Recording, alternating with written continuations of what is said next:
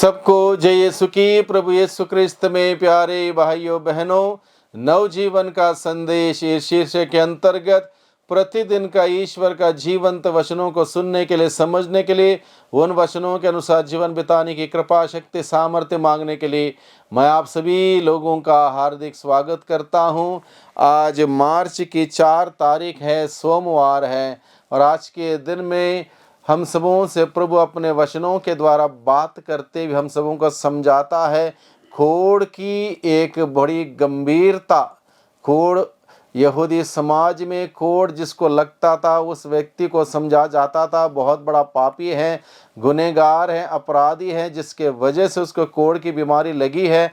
और ऐसे लोगों को घर से, परिवार से, समाज से दूर रहना पड़ता था। एक ऐसा जगह निर्धारित किया जाता था ऐसे लोगों को, जहाँ वहाँ पर जाके ऐसे लोगों को रहना पड़ता था। उनका कोई मान सम्मान, इज्जत नहीं हुआ करती थी। हर प्रकार से मानसिक पीड़ा उनको झेलनी पड़ती थी। इस प्रकार के लोगों के बारे में आज के पहले पार्ट में बताया गया है, और सुसमाचार में भी इसका उल्लेख करते हुए हम सबों को इस बात को समझने के लिए बुलाया है। जिस प्रकार से कोढ़ शारीरिक बीमारी, जिस बीमारी के चलते इंसान पूर्ण रूप से बर्बाद हो रहा था, उसी उदाहरण को लेते हुए हम सबों को प्रभु समझाता है।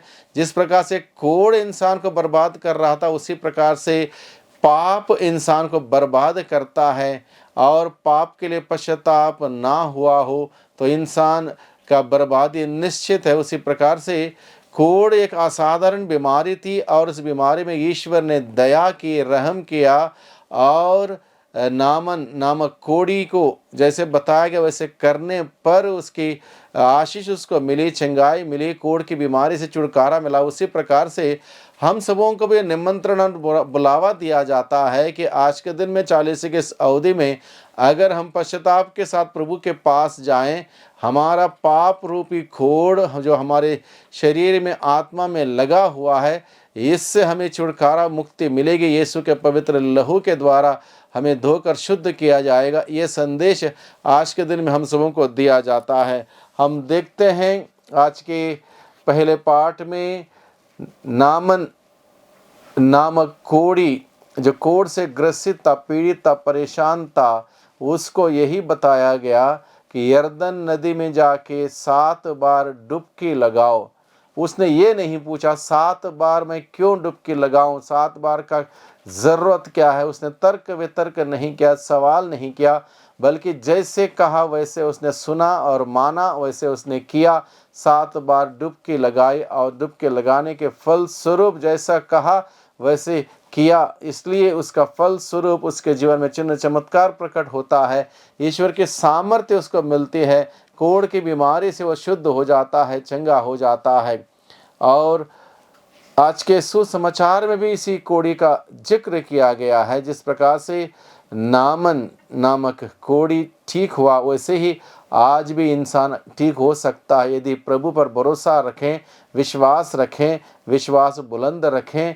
वो प्रभु आज भी लोगों को उनके पापों के दास्ता से छुटकारा, चंगाई देने के लिए तत्पर है।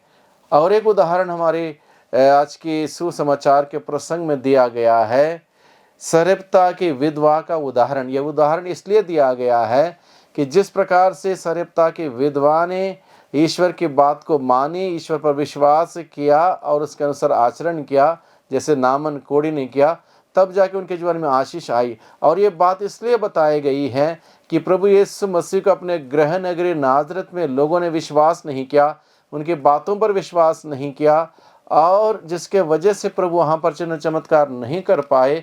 यहाँ दोनों लोगों के जीवन में विश्वास हम लोग देखते हैं। उन्होंने विश्वास किया, उसके नगर के लोगों ने विश्वास किया, जिसके वजह से वहाँ पर बड़े बड़े चिन्ह चमत्कार होते हैं। आज भी विश्वास के पास यदि हम प्रभु के पास जाएं, हमारे जीवन में बड़ी महान कार्य हो सकता है, क्योंकि वो प्रभु आज भी सामर्थ्यवान है, जो हमें बचा सकता है। उसका हाथ शक्तिशाली, सामर्थ्यवान हाथ हमारे ओर वो बढ़ा रहा है, जिससे कि हम लोग उसके पास जाएं और मुक्ति प्राप्त करें। इसलिए आज के वचनों को हमारे दिल में रखते हुए मनन चिंतन करें। प्रभु से हम प्रार्थना करें कि प्रभु हम सबों को हर प्रकार की बुराई से पाप रूपी खोड़ी से दूर रहने के लिए और अपने आप को पवित्र बनाए रखने के लिए प्रभु अपने आत्मा के द्वारा हमारी मदद करें, हमारी सहायता करें। तो आइए हम सभी अपने प्रभु से प्रार्थना करें। सर्वशक्तिमान पिता परमेश्वर, धन्यवाद देते हैं आज के वचनों के, आज के संदेश के लिए।